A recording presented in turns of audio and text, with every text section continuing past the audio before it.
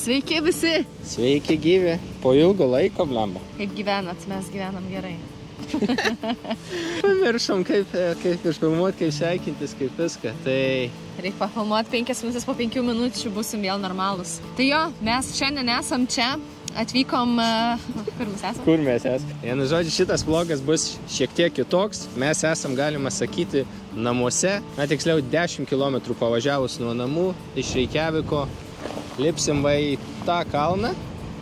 Ir šitas vlogas bus truputį kitoks, kaip, ne kelionių, bet kaip ir kelionių. Žygis tiesiog bus. Ir turim pasakyti keletą svarbių dalykų, kuriuos pasižymėjom, lipdami į kalną, po vieną punktelį ir apžvelgsim, ane? Šiandien bus tiesiog pasikalbėjimai su mumis vaikščiant į kalnus. Tiesiog pasikalbėjimai, paplėpėjimai. Kitokie nusišnekėjimai. Ir pažiūrėkit, dabar yra... kaip vadinasi šitas mėnesis? Balandžio 16. Rytoj yra Velykos. Velykų ketvirtadienis. Oh my god, balandžio 16. Su pirštinėm, su žeminė kepurė, su žeminė striukė.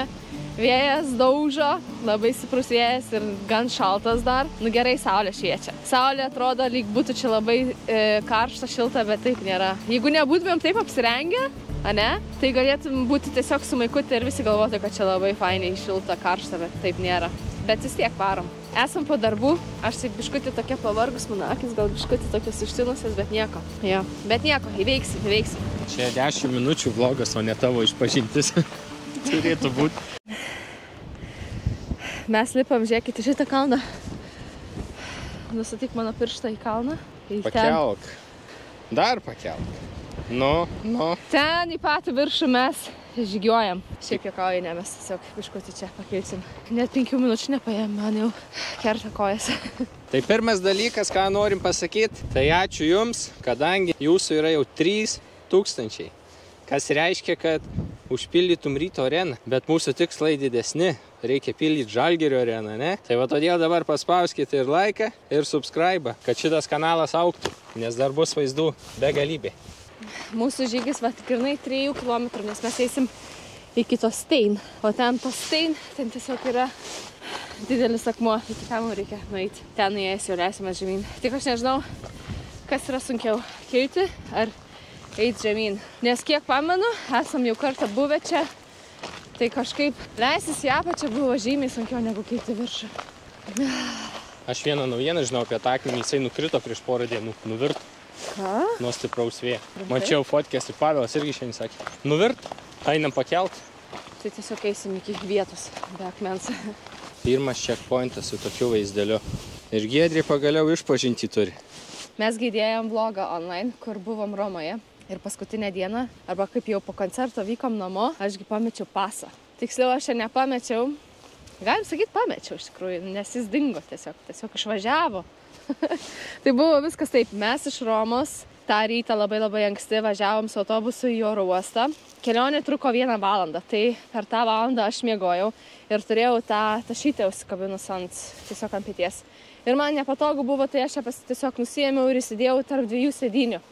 Ir mes atvažiavom į oro uostą, išlipom, viskas tvarkoj, tada tiesiog pasiėmėm kuprines, įėjom į oro uostą, nuėjom į tualetą, lėtai savo pajuokaudami, nuėjom iki security check, stovėm eiliai, praėjom security check, dar žmonių žvengiam, ten biškį pajuokaujam, Ir, žodžiu, praėjom security check, man atrodo, netgi mes per duty free praėjom, ne? Atsimenu, bet, žodžiu, labai lėtai mes nuėjom, nes turėjom dar daug, normaliai laiko, tiesiog nei vėlavom, nei per anksti. Ir mes einam ir tada žiūrim, rašo kažkaip viršui passport control. Ir aš taip, passport control, kodėl? Taigi mes europiečiai. Ir tada žmonės, aš jau negaliu nusakyti, kas buvo mano galvoje ir mano kūne, kas atsitiko. Niekam nelinki šito jausmo, man tiesiog visas kūnas nušalo, aš sustojau, Žilvinas eina toliau ir aš neatsimenu, ką aš sakiau, bet aš tik atsimenu tą jausmą. Man nušalo rankos ir nušalo galva, tiesiog visas kūnas nušalo ir tas momentas, kaip aš supratau, aš antiek susimoviau, čia buvo antiek didelis fuck up, kad niekas mane gali išgelbėti iš tos situacijos. Čia buvau tokia situacija, kur Nu tikrai, žinai, nu viskas, visiškai fuck up. O aš puikiai atsimenu jos reakciją. Žilvinai, pasą pamečiau. Būtent va taip ir žiūri mane, tipo drebėdama, ką man daryti. Jo, aš irgi atsimenu, aš sušakau, Žilvinai, aš pasą pamečiau, aš kažką tokio. Ir aš galvoju, here we go again. Tas momentas, aš negaliu nupasakoti to momento, kaip supranti, kaip visiškai fucked it up. Nu ir žodžiu, tada buvo taip. Žilvinas sako, žiūri mane, sako, tai viskas liksiu Romai. Nu ir jo, likau Romai vieną, nes Žilvinas, aišku, skrido vienas. Nelikai tu net Romai, ne, pačioj nebuvai. Nu, ta prasme, oro uoste likau. Tiesiog tai šaly Italijai likau vieną. Žilvinas skrido atgal, nes nu čia būtų visiškai no brain jam likti ir tada dvigubai viską mokėti, tai aš tiesiog likau. Tai tu paaiškink visą paso atgavimo sistemą, nes... Tai jo. Ne, tai pala. Tai žodžiu buvo taip, tada, aš bandžiau išeiti iš oro uosto, nes, nu, iš to security išeiti yra tik iš tikrųjų reikalų, nes, nu, kas išeina iš security, nes tu jau varai į skrydį, tu jau neina atgal. Nu, bet man reikėjo išeiti kažkaip šiaip ne taip, labai sunkiai radau, kaip išeiti. Ir mano pirma mintis buvo nuvytis tą autobusą, nes jisai mus išleido, jisai važiavo į kitą stotelę kitų žmonių paimti ir toliau važiuosiu tais žmonėmis. Aš taip maniau. Nu ir bėgom su ta kuprinė, varau, aš tą stotelę nuvariau, atbėgau, viskas tuščia, nieko nebuvo. Nežinau, paskui atsidariau tus dokumentus, kur mama atsiuntė tą transfer. Tai tuose dokumentuose ieškojau kažkokį tai numerį ar dar kažką. Pradėjau skambinėti tus numerius, bet niekas nekėlė ragelio, ten viskas išjungta buvo. Nes dar plus labai anksti ryte buvo, man atrodo, 5 ryto ar kažkas tokio. Nu ir tada susiskambinau su Žilvinu. Ir Žilvinas man žodžiu vien instrukcijas davė, ką daryti. Ir jis sako, tu važiuok į tą stotelę, į sekančią stotelę, kur žmonės paims, ar ne, kažkaip. Yra tas dalykas, kad autobusas važiavo į Romos, į oro uostą ir į Malpensą miestelį. Tai aš dar sakau, Giedriai paskambinęs, tu turi sėsti į taksį ir važiuoti į Malpensą miestelį, kuris yra už 10 km. Bet jinai sugebėjo pasakyti taksistui, kad į Romą jai atgal važiuoti reikia kažkodėl. Nors aiškiai sakiau į Malpensą. Aš ėmiau tą taksą ir sakau į Romą važiuoti. Ir man tokia mintis buvo, nu, man reikia važiuoti tą vietą, iš kurios mus paėmė. Bet, nu, Žilvinas, kas sako, ten važiavo į tą kitą miestelį. Tai, žodžiu, aš ten sėdžiu tam taksę, sakau, aš jam nuvažiuok ten ir ten. Paskui ant garsiakalbio Žilviną pasijungiau ir jisai man rėkė, ne, važiuok gal į Romą, važiuok į tą miestelį. Ir aš tam taksistui sakau, ne, tipo, važiuokit į kitą adresą ir tas nenorėjo manęs vežti. Sakau, taigi čia tik už 10 km. Jisai, ne, aš važiuoju tik į Romą, ten į tus kitus miestelius važiuoja kiti. Tai, žodžiu, jis refusino, nu visiškai nesutiko manęs vežti. 10 ar keli kilometrai ten buvo likę, nes jis jau buvo iš teritorijos išvažiavęs oro uosto. Jis apsisuko, vėl mane išleido oro uoste, aš imu kitą taksą, tas kitas taksas mane nuvežė į tą stotelę. Ta stotelė irgi visiškai tuščia. Ir tada ką aš dariau? Aš laukiau stotelėj toj. Paskambinai autobusui ir pasakė, kad atvažiuosi į tą stotelę. Aš laukiau toj stotelėj, kad atvažiuos autobusas, nes nieko nebuvo. Ir aš tikėjausi, kad atvažiuos mano autobusas. Ta prasme, atvažiuos tas autobusas, kur mano tašytė yra. Ir aš laukiau to autobuso, atvažiavo autobusas. Atvažiuoja ir matau jau iš tolo, kad vidus visiškai skiriasi, spalva visiškai skiriasi. Ir vairuotoja buvo moteris, o ne vyras. Tai jinai išlipo ir aš jai paaiškinau visą situaciją. Ir jinai, žodžiu, tada susisiekė per WhatsApp, ten grupės jie turi, tai per WhatsApp ten susiskambino su tuo vairuotoju, su tuo autobusu, kur mes sėdėjom. Bet jis važiavo, negalėjo nieko patikrinti, tai jinai man tik galėjo pasakyti, kurią valandą jis atvažiuos į tą vietą vėl. Ir tas buvo už valandas. Susiradau aš kavinukę, atsigėriau kapučiną, nusipirkau kruasaną, atsigėriau kavytės, kruasaną suvalgiau ir laukiau šito autobuso. Ir tada atvažiavo tas autobusas ir jo buvo ten tašyti tarp tų sėdynių įkišta. Thanks God, ačiū Dievui, nes įsivaizduojate, jeigu būčiau pametus arba kažkas būtų paėmęs, ar būtų dingęs, ar dar kažką, tai man būtų reikėję likti Romoj. Visų pirma, man būtų reikėję važiuoti į Romą valandą. Tada Romoj susirasti, kur miegoti, tada susirasti ambasadą, susitvarkyti dokumentus, nusipirkti naują skrydį, darbui pranešti, kad negrįšiu, nes man kitą dieną reikėjo jau į darbą. Nu, žodžiu, ant tiek daug būtų buvę išlaidų, streso, pinigų ir nervų. Ir ačiū Dievui, atgavau aš tą pasą. Ir per tą laiką, kaip susigražinau pasą greitai važiuodama su to pačiu autobusu, tas pats autobusas mane paėmė į oro uostą ir jau nemokamai nuvežė. Gerai, kad antrą kartą nepamiršai.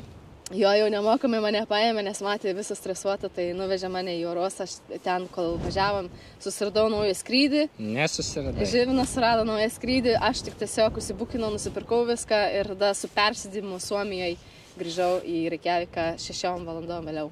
Aš sužinau, kad jinai rado tą pasą grinai jau sėdėdamas lėktuve prieš pat pakilimą. Tai jau pakilau ramus, o mano reakcija apie visą šitą situaciją matėt Romos vlogį. Neturiu ką dadėti.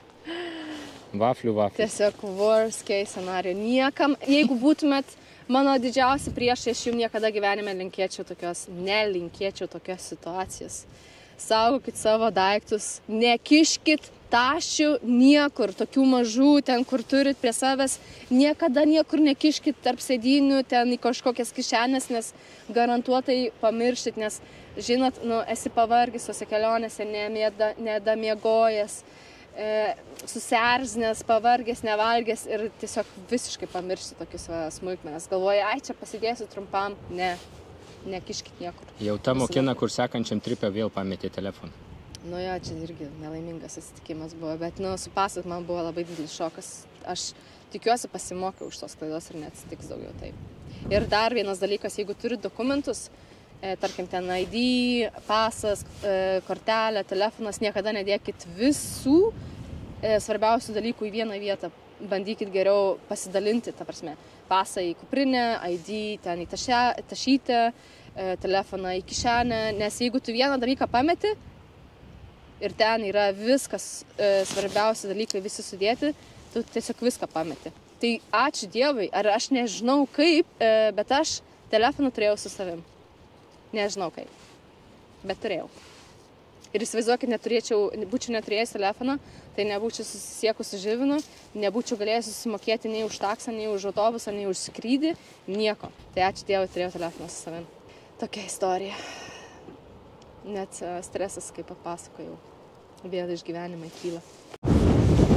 Mes jau ir antrą prašokom punktą, pasirodo jau trečia mes.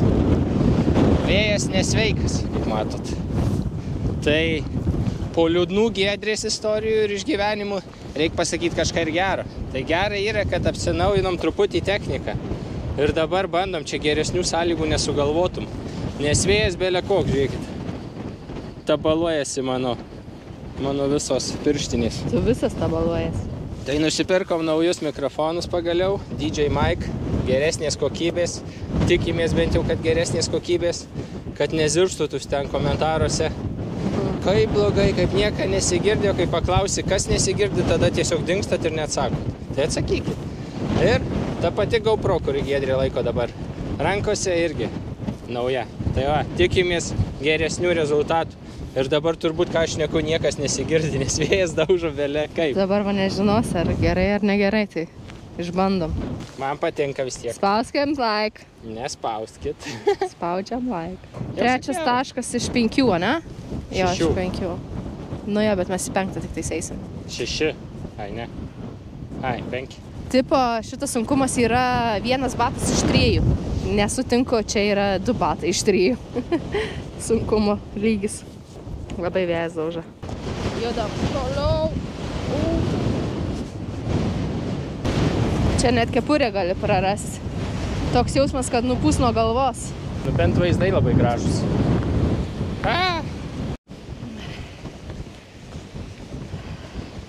Mėgaujasi kiekviena akimirka. Kaip kuparnukaris. Žiūrėkit, kaip eina.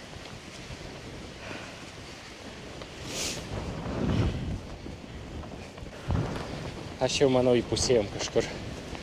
Liko dar tiek pat. Visiškai pasilenkus eidė. Ei, nesveik. Taip, reikia eiti. Nesveikai, sunku. Kaip ten prikolina iš turistų, kur atvaro į Reikjaviką. Sako, varykit į Islandiją, bus fun. Ir va fun. Kad ne bubis į viršų kyla, ne į apačią. Pasiekėm 4 tašką ir nuo čia bus 2 batai, kaip matai. Giedrė jau pirmai buvo, sakė 2 batai. Jo, aš prieš tai sakiau, jau buvo 2 batai. Jau nebe 2 bus, dabar 4 batai iš 3. Pažiūrėkit jūs į ją. Man jau ausis nudaužė, aš tikiuosi neprapūtė man čia nieko. Žiūrėkit, kur mes. Sniegas, Sniegas. Sniegas.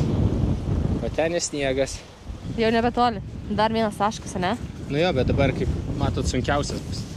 Šiaip nėra čia sunku, eini ir eini tiesiog, eini ir eini. Jeigu vėjas nebūtų, tai būtų labai gerai, bet vėjas viską gadina. Tai kokie mūsų planai vloginimo ateities? Vloginsim toliau. Pasakyk, pavyzdžiui, savo pagrindinį, kiek kitokį vlogą, kurį Giedrė sugalvojo ir jos yra planuose. Ai, jo, aš norėjau jūs pasimti kartu į photoshooting. Tai nebus kažkoks labai amazing, išskirtinis, labai kažkoks svarbus photoshooting. Čia toksai daugiau pasibandymai, bet vis tiek pasimsiu jūs kartu ir parodysiu mano dieną. Tiesiog diena su Giedre ir photoshooting day. Iškart galiu pasakyti, kad čia bus žymiai labiau sutverta merginom. Vyram bus turbūt neįdomu. Todėl pritrauksim naujų žiūrovių, nes pagal statistiką mūsų kanalą žiūri 75% vyrų, tokių bambukų kaip aš. Ir tik 25% tokių bambukių kaip jinai. Tai va, norim pakelti biškį moterų reitingą. Tai merginos, moteris prisijungi prie mūsų kelionių ir šiaip bandysiu parodyti kažką daugiau moterim.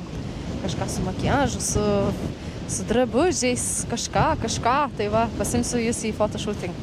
O aš nuo savo pusės, kadangi mes po 2,5 savaičių varom atostogų ir dar yra nesuėdintų vlogų iš mano kelionės, tai ruoškite sekančius maždaug 3 arba 4 savaitgalius. Kiekvieną šeštadienį, sekmadienį bus vlogai iš Maltos. Kiek baterijos liko kūno? Čia tai nesveika. Visiškai nesveika. O tai tu tikėjais lengvo pasivaikščiojimo parkelį? Tikrai tikėjausi lengvesnė. Aš žinojau, kad tai bus. Žinojau, tik nesakiau, nes būt nevažius. Bet žiūrėkit, kokie vaizdai.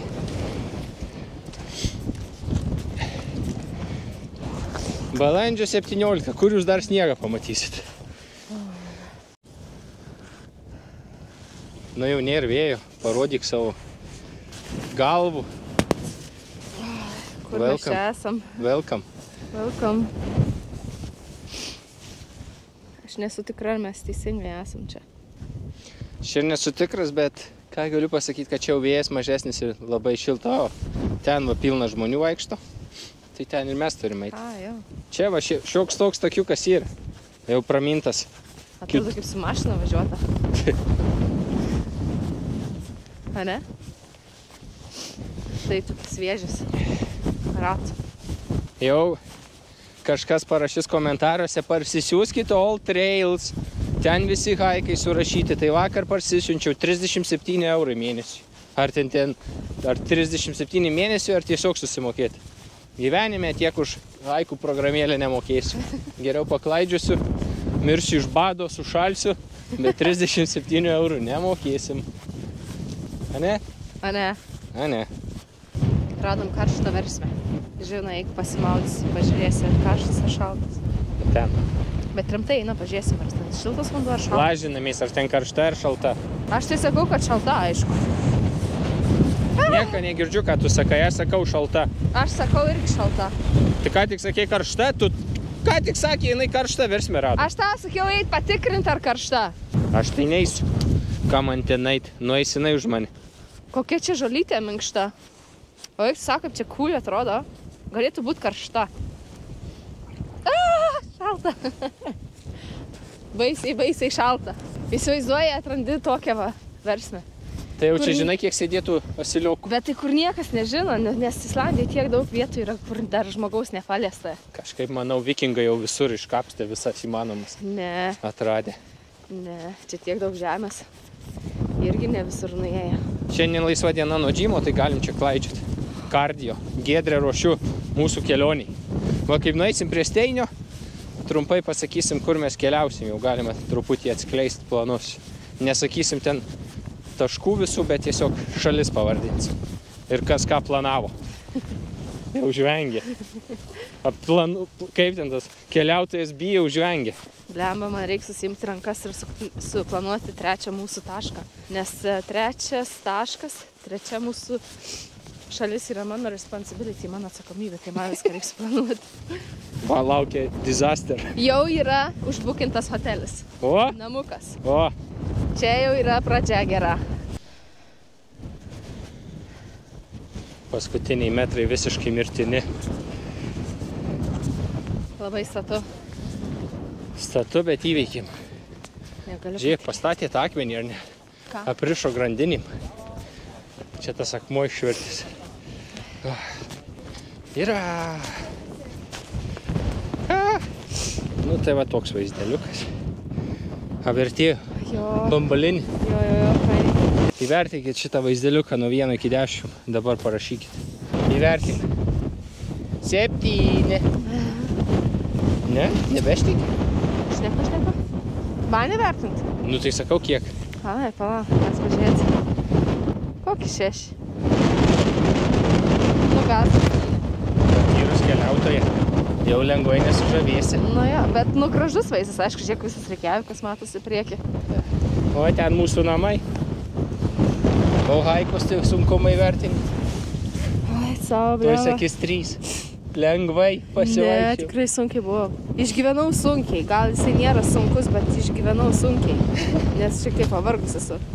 Bet žygis, sakyčiau, iš 10 mane vertinu irgi kokiu 7 stipriu. Tai jau gulsi šiandien. Jo.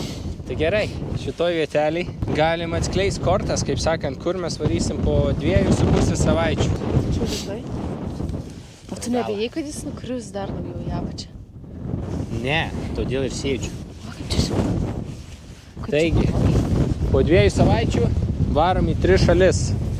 Tai Peru, Kuba ir Bahamai. Ir dar su vienu sustojimu vis dar Amerikoje, nes mums ten reikės pakeisti skrydį, tai nusprendėm pernakvoti sostinėje Vašingtone.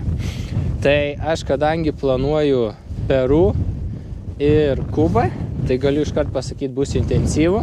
Bus keliaujama visom priemonėm, mašinom, traukiniais, lėktuvais, autobusais.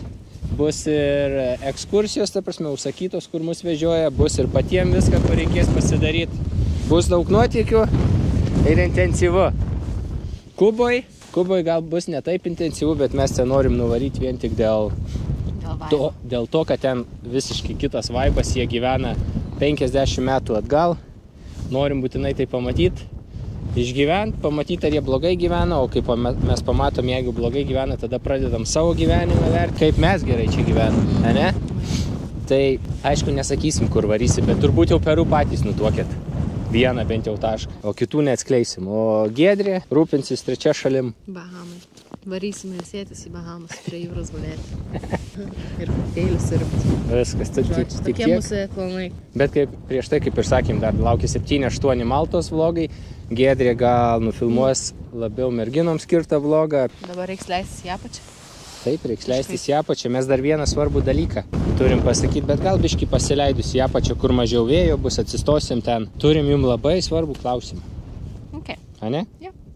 Viskas. Viskas? Leidžiamės į apačią. Tai gal biškį pasėdi. Labai vėjas nori. Bet tai, kai ten spigina, atsimuša viskas. Neįmanoma žiūrėti. Wunderbar.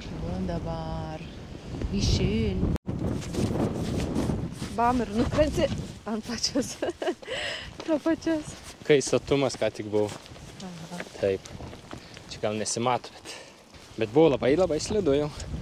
Jau buvo reikalų. Taigi, mūsų žygio pabaiga ir mes norim užduoti svarbiausią klausimą, realiai dėl ko mes darėm šitą haiką. Ar jūs domintų klausimų atsakymų vlogas? Nes kadangi jau turim 3000 subscriberių, tai patys nusprendėm, kad manau pats laikas. Jūs mums užduodat klausimus, mes atsakom. Bet ne taip, kad tiesiog sėdėdami prieš kamerą, o dar ir su veiksmu, apie kurį Giedrė papasakos. Taip, mes galvojam vykti į Reikjaviko centriuką ir jums ten nufilmuoti tipinės turistinės vietas, ką galima centre pamatyti, kur galima pavalgyti. Žodžiu, aprodysim jums labai daug vietų ir klausimas jums, norit tai ar nenorit? Įdomu ar neįdomu?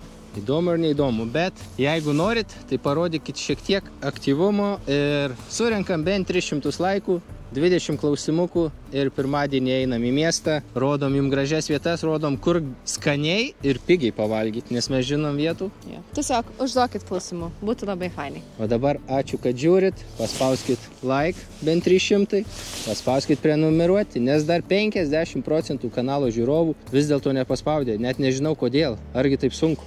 Labai liūdna dėl to. Paspauskit subscribe. Ačiū labai ir tikiuosi susitinkam pirmadienį. Ačiū, ate.